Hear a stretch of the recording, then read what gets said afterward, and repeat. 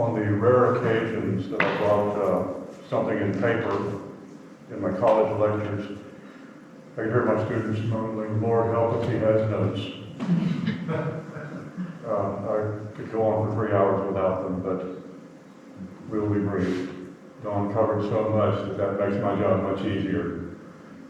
First of all, a couple of shout-outs to Father Preston and to our straw subdeacon Peggy. Thank you for everything. Peggy has helped our family before in this situation and has been a long-time family friend. Thanks to all of the folks at Trumpeter Village, the saints who work there, to see the miracles that they perform every day, and to the wonderful folks at Baker who have served our family for many years now, over a decade. Thank you for everything. It was all beautiful. Otto gave her the name Honey, and she proved worthy of it to all who knew her. We offspring naturally picked it up. Even our priests address her by that sobriquet, as Dawn pointed out. And she's the only one that I know who can make a priest dance with her. Her cordiality, grace, and charm, not to mention her beauty, affected all who knew her. Of course, there was a dark side, as each of us has, but that was reserved only for those whom she loved dearly and who loved her. And will go to us until we experience His service. I did not agree with all of Honey's parenting philosophy. However, I cannot argue with the results. I thought some mistakes were made, and as a parent, I corrected them, replacing them with mistakes of my own. However, I did agree with most of her methods: support, encouragement in all of our endeavors, pride in and praise for all of our accomplishments. She and Otto had something in common. They accepted nothing but our best. They attended all of our baseball and softball games and my football games until I was injured. Honey couldn't come to them after that. They attended all of the plays in which I acted, and not only that, Honey sewed the costumes for me. And then there was always the affection. We were taught to hug and kiss those we loved, often. As for sewing, in addition to the costumes, we were always dressed well. I don't think I wore a store-bought shirt until I was in high school. However, I still had the nicest shirts in my class. She ordered Superman t-shirts for Hal and me when we were young, and then she sewed matching capes perfectly in the style of Superman to go with them. Otto bought us the Davy Crockett vests. When I was in the seminary, she made my vestments, the nicest at St. Mary's.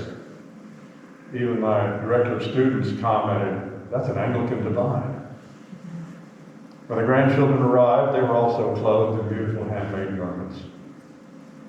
Honey loved music, and today you heard a lot of her favorites. Not only that, she bought a Sears Silvertone organ, a little spinet organ, and put it in the house. She placed it in the den and said, "There it is. Enjoy." And enjoy we did. We branched out to other musical instruments. She gave up her dream of a Lowry Theater console organ. That, by the way, is a Lowry Theater console organ, the one she always dreamed of.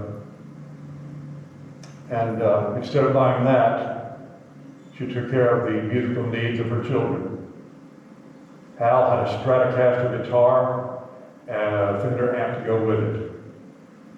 I had the first Farfisa combo compact organ, the most popular. It's also used by the Animals, Sam the Sham and the Pharaohs, and all of the popular rock groups of America, and a nice Silvertone amp to go with that.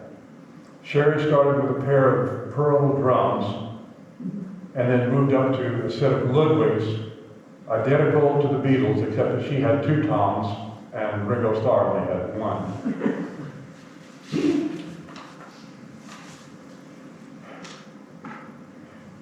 We all played in local bands, garage bands, and they came out and supported us, especially me. I played more in the honky-tonks, and Hal and Sherry played more in the teenage venues, so I had the additional benefit of having beer ball for me during the breaks.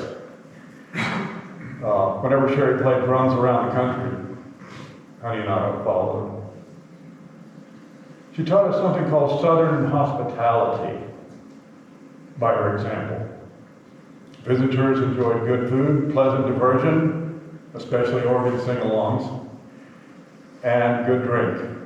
For those who visited often, especially our priests, as Dawn mentioned, we kept all brands on hand, especially Father Beck's Scotch.